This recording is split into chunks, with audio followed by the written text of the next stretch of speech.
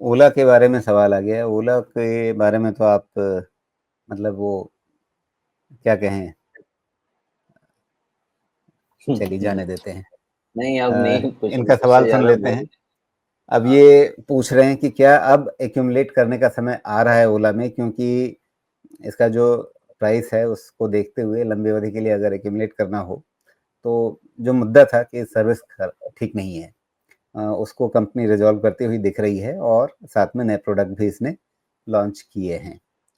तो ये दो चीज़ें, मतलब पिन पॉइंट तो यही था ना सर्विस का। तो अगर सर्विस पे कंपनी सुधरती हुई दिखे और साथ में नए प्रोडक्ट्स भी बीच में इन्होंने 40,000 वाले जो गिग वर्कर्स के लिए लॉन्च किए हैं, मतलब वो तो अनमैच्ड प्राइस है।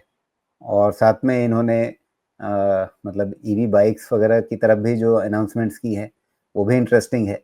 मसला वही है कि भाई प्रोडक्ट क्वालिटी और सर्विस क्वालिटी, तो क्या कहेंगे आगे? मेरा कन्विक्शन नहीं है। बाकी कंपनी जो भी करे, पहली चीज़ बता दूं, point number one, service quality improve कर रहे हैं, वो प्रोएक्टिवली नहीं कर रहे हैं। हंगामा इतना हुआ है कि उनके पास स्पेस सेविंग के अलावा कुछ रह नहीं गया है। अभी आते हैं जो आपने प्रोडक्ट लॉन्च की बात की है, आप थोड़ा सा इसको डीप कीजिएगा एनालिसिस।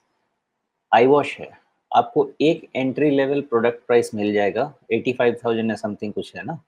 लेकिन जैसे ही आपको मिलता है ना, जैसे कभी-कभी पहले कार आती थी राजीव जी, उसमें आपको कार ले लीजिए बेस वर्ज़न, फिर उसके बाद ना आपको उसमें एसी मिलेगा, ना आपको उसमें ऑडियो मिलेगा, कुछ नहीं मिलेगा, सब बाहर जाइए लगवाते रहिए। तो एक बेस वर्ज़न वैसा लॉन्च कर देते हैं आई आई वॉश के लिए कि चलिए भाई, हमारा इतना कम प्राइस में हमने लॉन्च किया। लेकिन जैसे ही उस पे ऐड ऑन शुरू होता है, तब आपको पता चलता है कि एक्चुअल प्राइस को क्या होती है। गाँव में भी आजकल लोग बेस वर्ज़न नहीं लेते सर, तो शहर में कौन लेने वाला है? एनीवेज़, हैविंग सेड दैट, सिर्फ ऐसा नहीं है कि ओला ही सब जगह सब लोग ई मोबिलिटी में प्रोडक्ट लॉन्च करने वाले हैं। मेन प्रॉब्लम ये है कि मुझे ओला अभी भी बहुत महँगा लगता है, even at this valuation. Okay.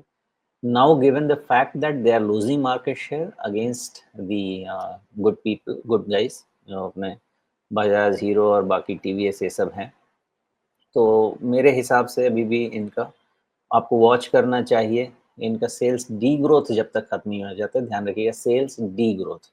अगर ये नंबर बाइक का सस्टेनेबल है तो सेल्स ग्रोथ अच्छी होनी चाहिए, क्वार्टर ऑन क्वार्टर। ओके, तब जाके आप कह सकते हैं कि हाँ कुछ होगा। अदरवाइज मुझे वैल्यूएशन स्टैंड पॉइंट से ओला अभी भी बहुत महंगा लगता है। बाकी प्रोडक्ट और सर्विस क्वालिटी समझा दिया आपको। अब आते हैं ट्रेडिंग पे। मैं आपको हर तरीके से तैयार कर देता हूँ, आपको जो चाहिए आप उसमें कर लीजिए। मतलब जाके आप बोलते हैं ना रेस्टोरेंट में प्लेटर लेके आओ, तो आपको प्लेटर दूंगा। तो अब ऐसा है साहब कि 70 पे अपना ध्यान लगा लीजिए। ओके, मैंने जितनी चीज़ें बताई उसके कारण से मैं नहीं खरीद पाऊंगा, बिकॉज मुझे एक बारी वो चाल चलन पे प्रॉब्लम हो गई ना, तो मैं काम नहीं कर सकता। 70 के ऊपर में मेरी सारी कहानी एक तरफ, इनके प्राइस ऊपर जा सकते हैं।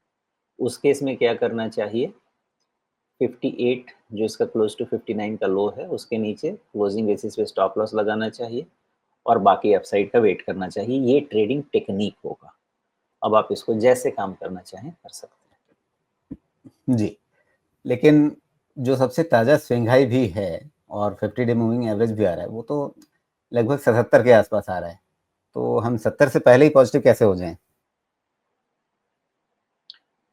70 के पहले नहीं, 70 के बाद पॉजिटिव होंगे, क्योंकि वहां से आपके शॉर्ट कवरिंग के पैरामीटर्स राइप होंगे और ये शॉर्ट कवरिंग आपको 10% कम से कम ऊपर लेके जाएगा मेरे अंदाजे से। और अगर मार्केट टर्न अराउंड हो गया, मतलब मान लीजिए निफ्टी में ही बॉटम बन गया, तो उनको उसका भी थोड़ा टेलविंड मिलेगा। तो इस कारण से थोड़ा बहुत वापस आ सकता है, बिकॉज बहुत ज़्यादा ओवरसोल्ड हर पैरामीटर पे हो चुका है। जी। मेन जो पेन पॉइंट है, उसकी तरफ सोमेश जी ने कह दिया।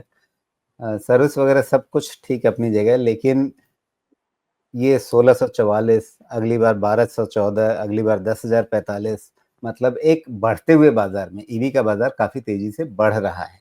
और उस बढ़ते हुए बाजार में एक पायनियर कंपनी जो इस मार्केट में अपने आप को लीडर कहती है, उसकी सेल्स डीग्रोथ हो रही है। ये कहानी कहीं से बाजार को हजम नहीं होने वाली है। तो जब तक यहाँ पे रुझान नहीं बदलेगा, तब तक ये जो शेयर प्राइस का चार्ट दिख रहा है, ये भी नहीं बदलेगा।